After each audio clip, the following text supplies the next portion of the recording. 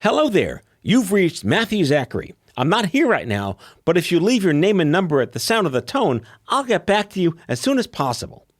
But seriously, I'm on hiatus for a couple of weeks, so Out of Patience is going to be publishing old episodes, and I say old with love, previously aired episodes over the last couple of months.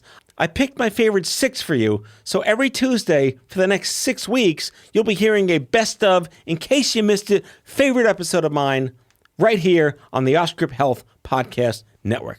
Out of Patience will be returning after Labor Day, so gird your loins and prepare yourself for another exciting season of great guests, great conversations, and all sorts of how to unfuck yourself when healthcare comes to fuck you.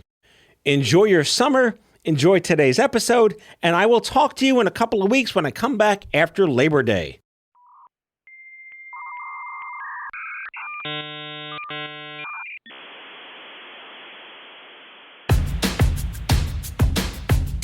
I'm as mad as hell, and I'm not going to take this anymore! Hello, friends. Welcome back. Got a really exciting show for you today. Dr. Gabe Charbonneau is a rural health family physician in the middle of Montana. He's got an incredible story, but we're really here to talk about physician burnout, like real burnout, and not just like what it takes to get up in the morning and do your job when you're getting choked by the industry, but the very incentives that the industry has to choke doctors and prevent them from practicing medicine and helping actual people.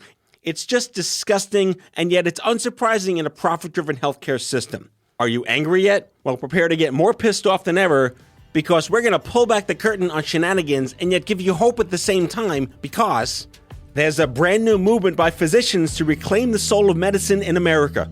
Enjoy the show.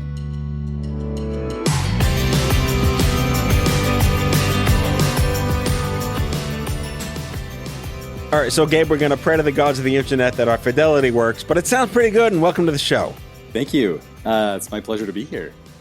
I want to jump right in because this word burnout has been a word in the language for many years, but now it's applicable, and it's been all the rage for all the wrong reasons. Can you give our listeners, from your perspective, as a family physician, what burnout really means to someone in your practice? Oh, yeah. Yeah, I definitely can. And maybe, is it okay if I tell a little story about how I learned what burnout was? Oh, the hard way or the easy way? Well, good point. So I was thinking about telling the G-rated, or I guess there's nothing more than G-rated, but the easy version. And but we could get into the harder version if you want to. No, by all means. I mean, and this is a rated R podcast, so speak your mind. Okay. Yeah. Well, so I learned what burnout was in my first job out of residency. So my wife and I both did family medicine residency in Spokane, and it was an FQHC community health clinic. And we were really stoked to take the job because it felt like it was a noble cause. We were going to help people. There was loan repayment, and we pretty much signed on the dotted line before we thought to ask important questions. And some of those were, what happened to people that have come before you and why?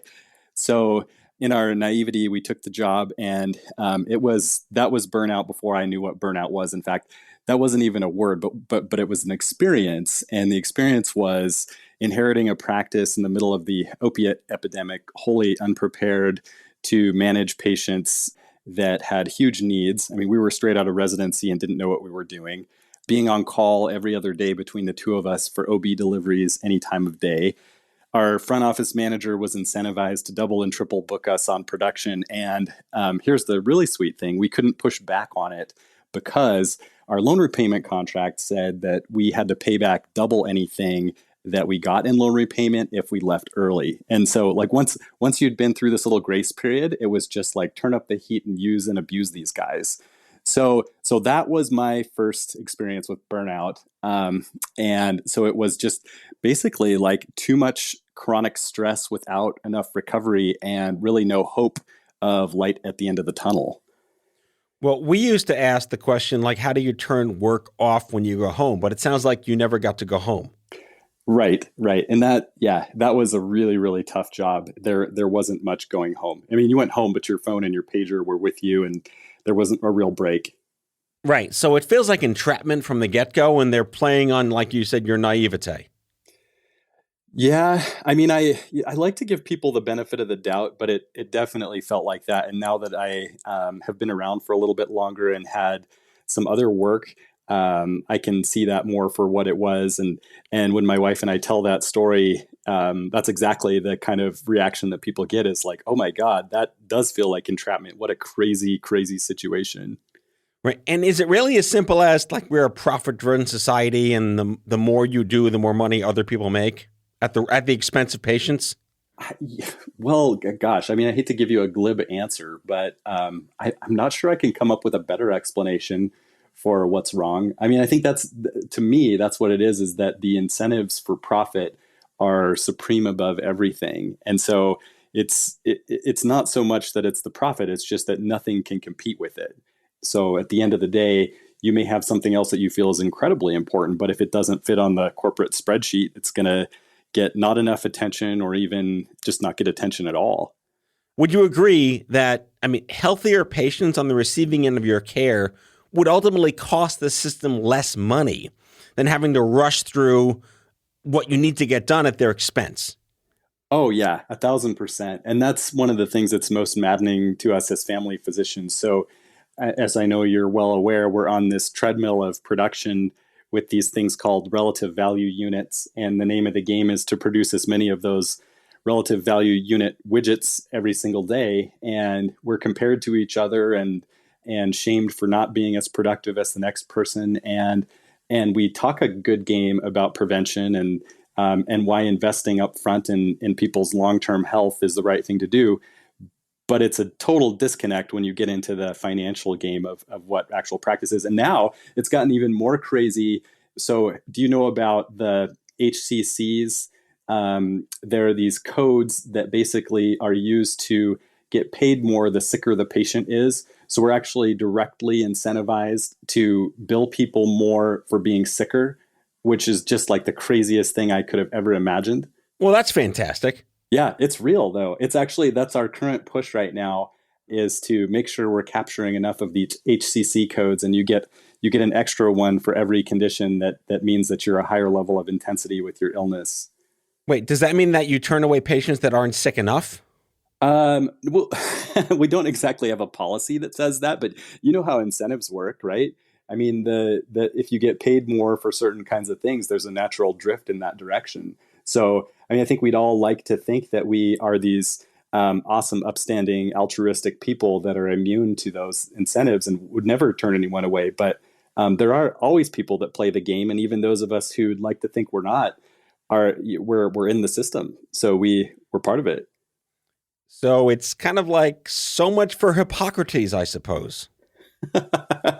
Yeah, right. The business of medicine really has fully taken over what started out as a calling and a noble profession. I agree. And this is all hiding in plain sight from Americans, right? Yeah, I guess you could say that.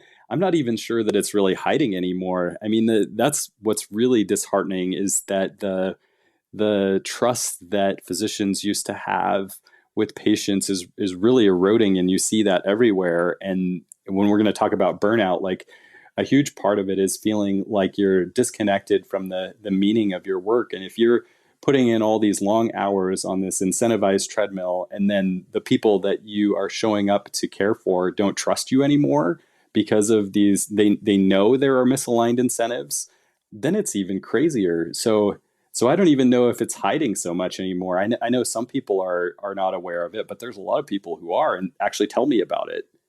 Right, but it's really misplaced blame, because you're only doing what you have to do to pay the bills and live your life and practice medicine. And I don't like the word victims, but on the receiving end, are these patients not getting the care that they need? Or if they're really, really sick, maybe they are getting the care that they need. Yeah.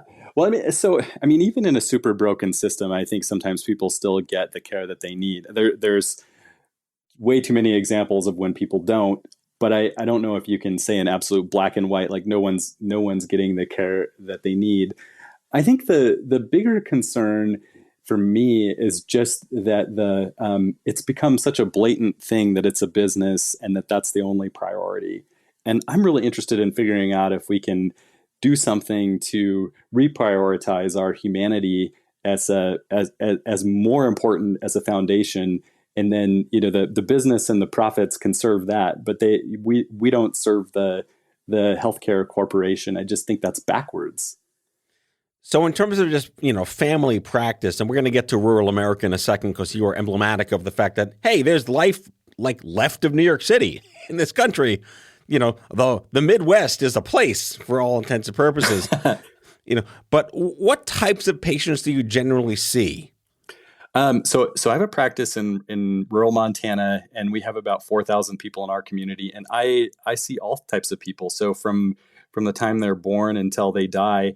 And one thing that I love about where I live is that they're very active people that choose to live here. So I have some pretty healthy people that are in their 90s that still live independently. They can drive themselves, which you may have questions about that. But if they're, if they have capacity and they're safe to do it, there are people who can do that.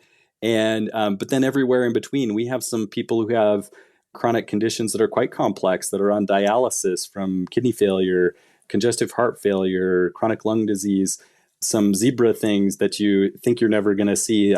I diagnosed someone with a pheochromocytoma that you're never supposed to see in your career, and that happened in our town. So rural medicine's interesting because you just never know what you're going to get.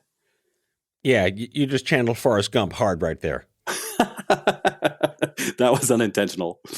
No, I mean, you mentioned like elderly people driving. As long as it's not Florida, I'm sure Big Sky Country is kind to the other neighbors.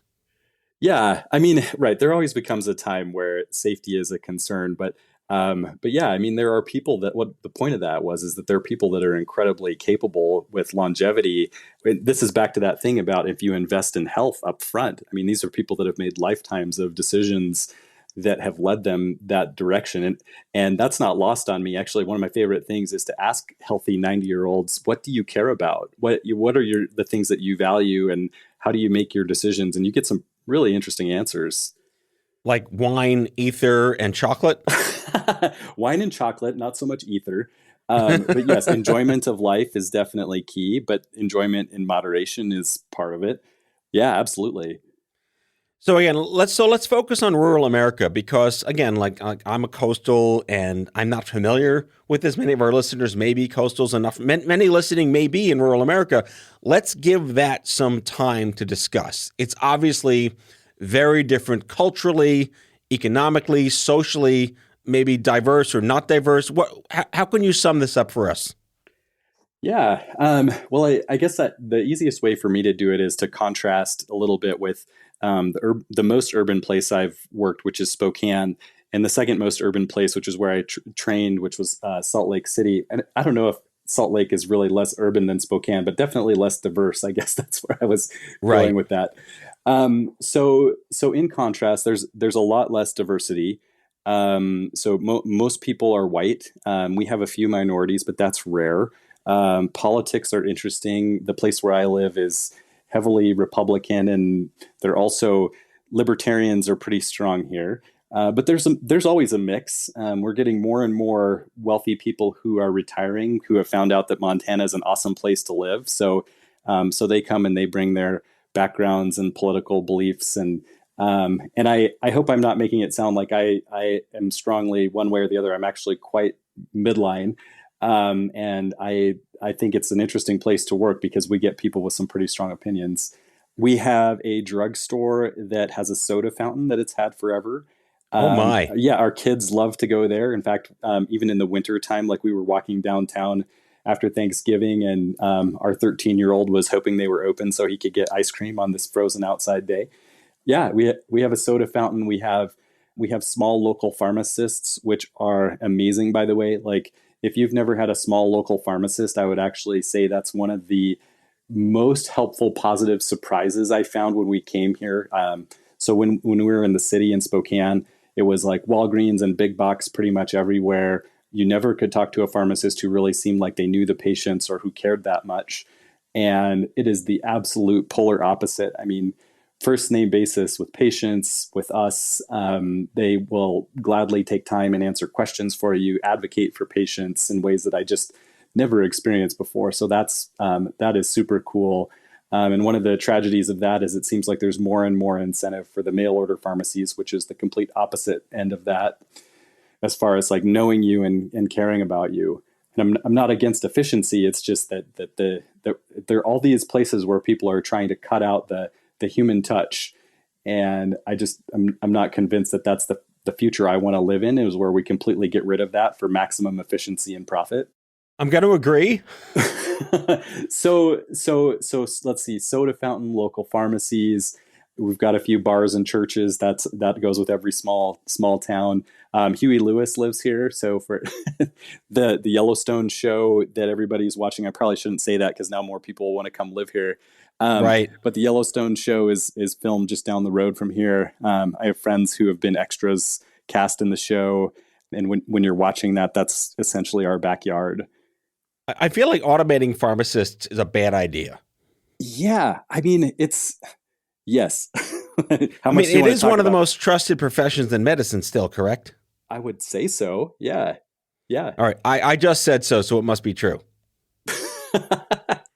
Yeah. I mean, no, I agree. It's important to be incredibly precise and careful and educated. Yeah, I think so.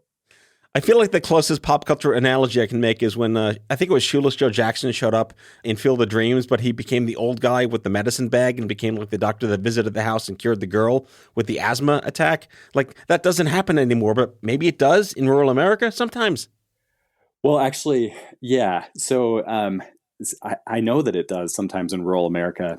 So I mentioned a little bit about my wife and I doing training together. So we both trained in family medicine, and she does many more home visits than I do. But that absolutely still happens. And the closeness and relationship absolutely still happens. I mean, we have people that bring us baked goods all day long, which I have to appreciate because they're made with love, and then not to eat too many of them because they're right. Right. Like there's made with too much love. Too much love. Exactly. But no, the kindness and connection here is really something that is special in a rural setting. I agree. And as part of my origin story, that's what I knew as a kid.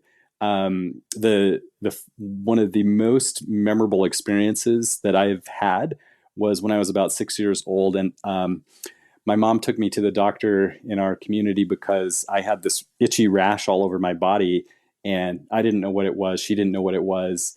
And she took me into our local doctor, who was a family physician, and he just got it all right. He was kind and patient and hands-on and had a knowing and wisdom about him, like you're in the right place to be taken care of. And I just remember walking in feeling uncertain and scared, and walking out with this big smile on my face because he taught me this cool word, molluscum contagiosum. And it just stuck instantly in my brain. Like I was almost like singing a little song about it walking out of there. And the point of that story is that connection is part of what inspired me to want to be a doctor in the first place. So that being lost it's heartbreaking to a guy like me. Well, let's take a quick break. We'll be back with Dr. Gabe to talk about how he's channeling his indoor Cassian Andor to fight back against the Empire. And maybe the sponsor ad you'll hear is Hip to Be Square or I Want a New Drug by Huey Lewis in the News. Yeah. All right, we'll be right back.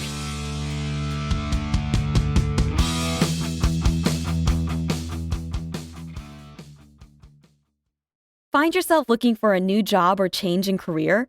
Monster.com is here to help. We are not only here to bring you job postings, but also AI interview prep and salary tools, expert career advice, and top-notch resume services. We've got everything you need to land your perfect job fit. Discover the magic of finding the ideal job with Monster.com. Your future starts now. Visit Monster.com today. Your next job opportunity is just a click away.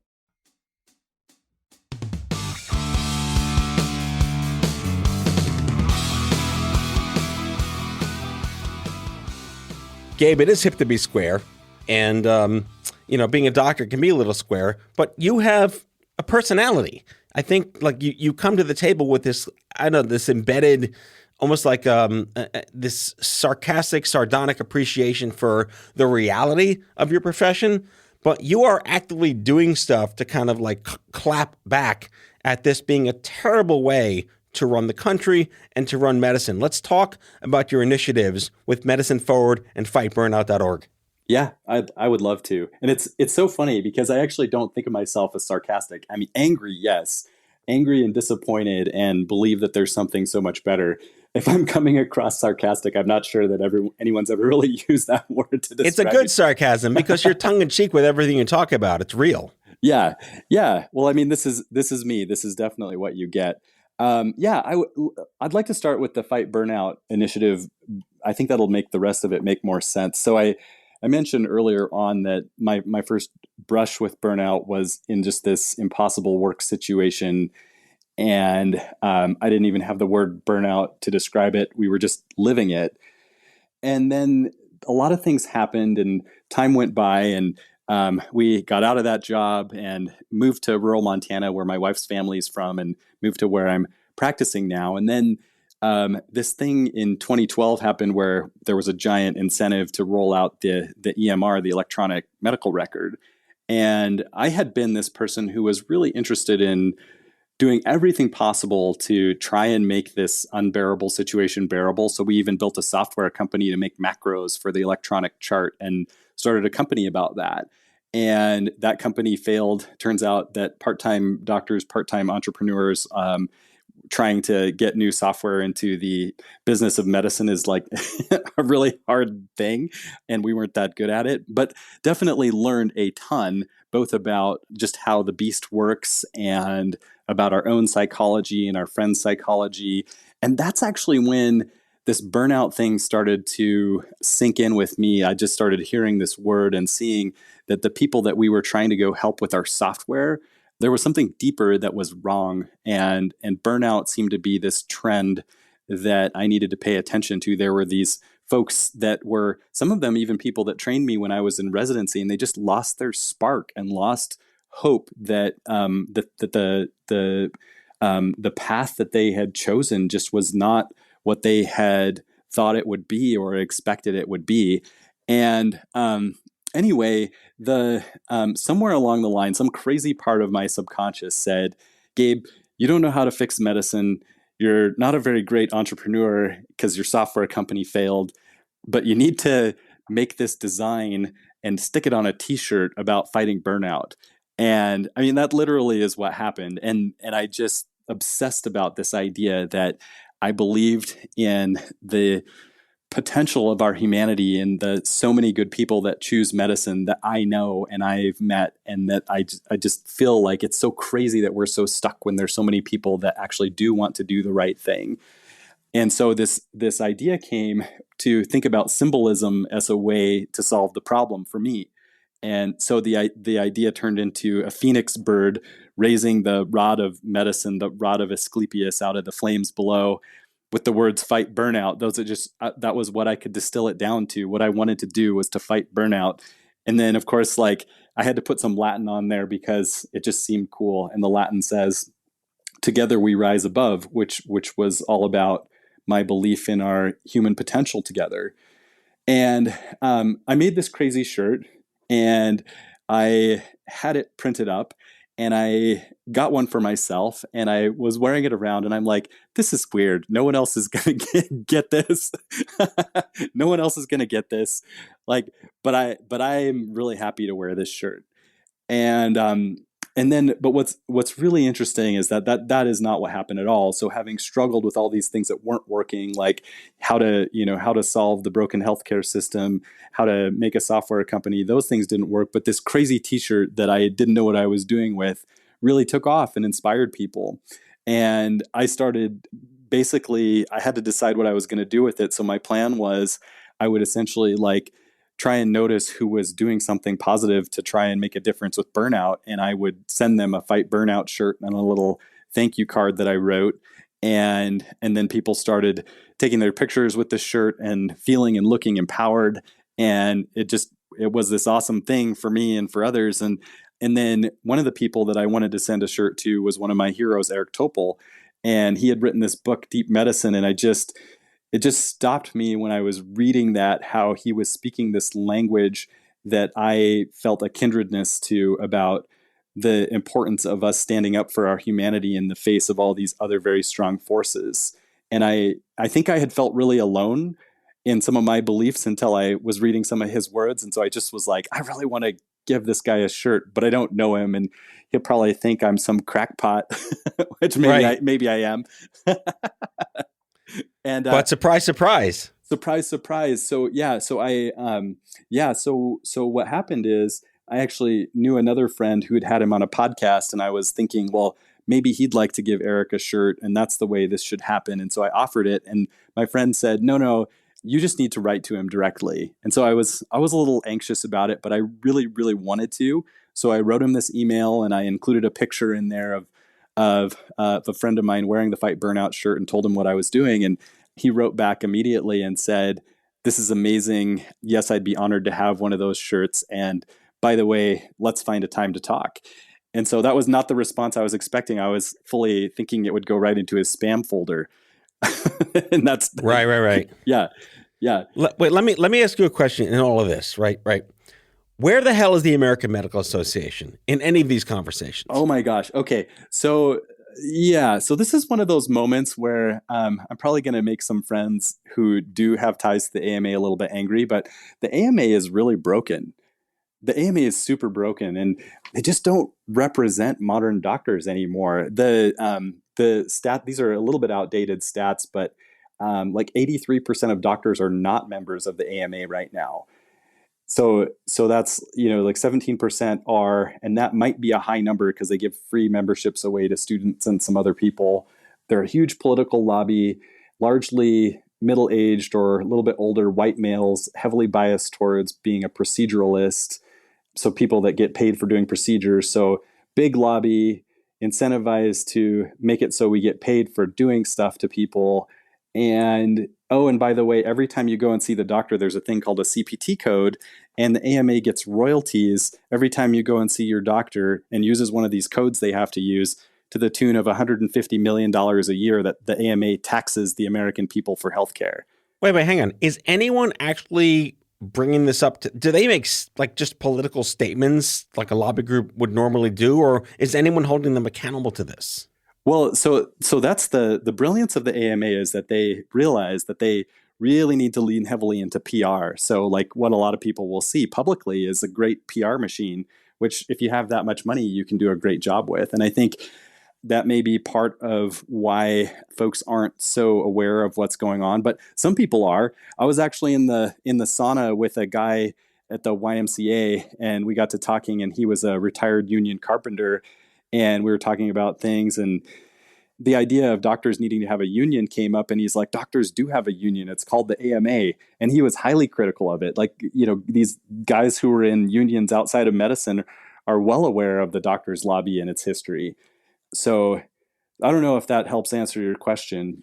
No, I think it just pulled the curtain back a little bit for our listeners, hopefully. Like, this is, the emperor has no clothes. It's up on this ivory pillar of this revered, supposedly, established, credible institution. And it seems to be dropping the ball for average people trying to do their jobs in rural America, or maybe across all of America. 100% has dropped the ball. And MZ, so when I met Eric, I actually had, the only criticism I had of the AMA is I was like, I don't know why that's worth $500 a year for me to be a member. I mean, I'm not sure what they're doing for me, but I didn't have any criticism. He was actually one of the first people that taught me to look at it with a more kind of, here's what's going on, and here's some of the real story. And so I made it through a huge part of my career with no knowledge that any of this was not good. Well, in our time left, let's talk about what you've been activating around the country. We're looking to start a new physicians organization. I think I just watched. I just finished watching Andor on Disney Plus as of this taping. And if you haven't watched it, you don't have to be a Star Wars nerd. It's a really good series, but it talks about the early fomenting of the rebellion. and how it started in little pockets all across the galaxy, and eventually they wound up like joining together into one giant rebellion. Not that I'm thinking there's going to be a revolt in this country of doctors, but it feels like you're starting to really represent the pieces. And you mentioned you're angry. Giving people permission to be pissed, but a way to make a difference and help everyone at the same time is what they didn't know they needed, they could do for themselves and others. What can you talk about briefly with Medicine Forward? And you talked about like the burnoutindex.org, and you've worked on a study called the Annals of Internal Medicine. There's so much we'll put in the episode descriptions, but what's your top line for these things? Yeah, absolutely. So I haven't watched Andor yet, but it's definitely in my queue. So now you've talked me into it, and I'm definitely a huge Star Wars fan, and love the idea of the rebellion, and also the belief that a small group of passionate people can make a difference in the world, because it really is true. That's how everything starts when there's change, is that there's a small group of people that really care and keep showing up. So I'll tie this back to the conversation with Eric. So he finished our first phone call with this kind of cryptic note that he was writing something for the New Yorker to stoke things a little bit. And I'm a little bit starstruck while we're having this conversation. I'm like, I don't know what he means by stoke things, but that sounds good. And yes, I want to talk to you again. So basically, like, time goes by and August happens, and Eric sends me this email with this kind of pre-version of this piece that's going to come out in the New Yorker, saying that doctors should organize for all of the things that we've been talking about, standing up for our humanity in the face of all these other incentives, that the AMA is really not doing its job to represent us the way that it should, that doctors have a responsibility to stand up for our patients and our relationships with our patients. And so that was really the genesis of the whole thing. And then he wrote that. I wrote back and told him I thought it was good and I wanted to be part of it. And he wrote back and said, great, I think you need to help lead this thing. At which point I was like, wait, I'm way too introverted. That is not possible. And then I learned that it's very hard to say no to Eric. And then we just started recruiting this merry band of rebels, of people who had, he said this is one of the things that he's written that's had like the biggest response really immediately, that was positive, saying like, yes, this needs to happen. And people just came out of the woodwork right out of the gate and said they would write to him, and then he would pass those on to me, and we'd have these conversations. And we met, Eric and I and some of the others, every other week for the first year or so, just kind of trying to figure out like how to start something. So we started a nonprofit, which was initially called, actually it was first here, like while we're talking about movies and shows, like I love Harry Potter. And so tongue in cheek, I called it, just to have it a name, Osler's Army instead of Dumbledore's Army. Nice. Yeah. Then it Army was too militant. So we morphed into Osler's Alliance. And then, fair enough. And then Osler became this dead white guy who had slaves and didn't want women to be doctors. And so then it was like, oh shit, we can't name our new doctors organization Osler's Alliance. And so we actually had to have a name pivot. But essentially, that's where the group came from. So it's a nonprofit. It's a grassroots advocacy organization. And we've spent the last 3 years trying things to figure out how can we be a part of the change. And most recently, so you mentioned the AMA. We actually do have the second largest doctors organization, actually has a lot of better things going. That's the American College of Physicians. And so we partnered with them on this project to try and disrupt what's not working with prior authorization. We identified that as this tactical thing that really represents what's wrong right now, and a place where a lot of people care about it, a lot of people need it to be better, are affected by it, and that we think that we could make a difference.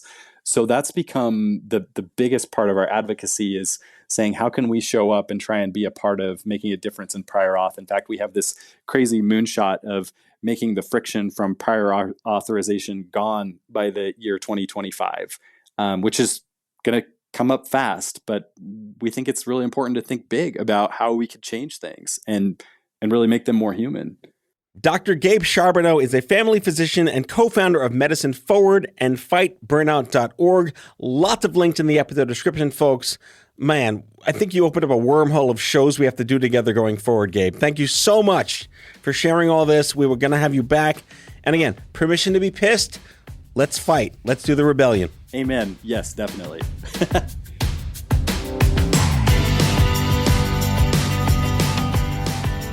Out of Patience with Matthew Zachary is an Off-Script Health production. The executive producers are Matthew Zachary and Andrew McDowell. It's mixed and edited by Kyle Moore. If you like the show, ratings and reviews are always welcome. Leave us a message anytime at 855-AUDIO-66. That's 855-AUDIO-66 to share your healthcare shitness with us, and we might just play them on the air on a future episode. For more information about this show and Off-Script Health, visit offscript.com. That's offscript, no T.com.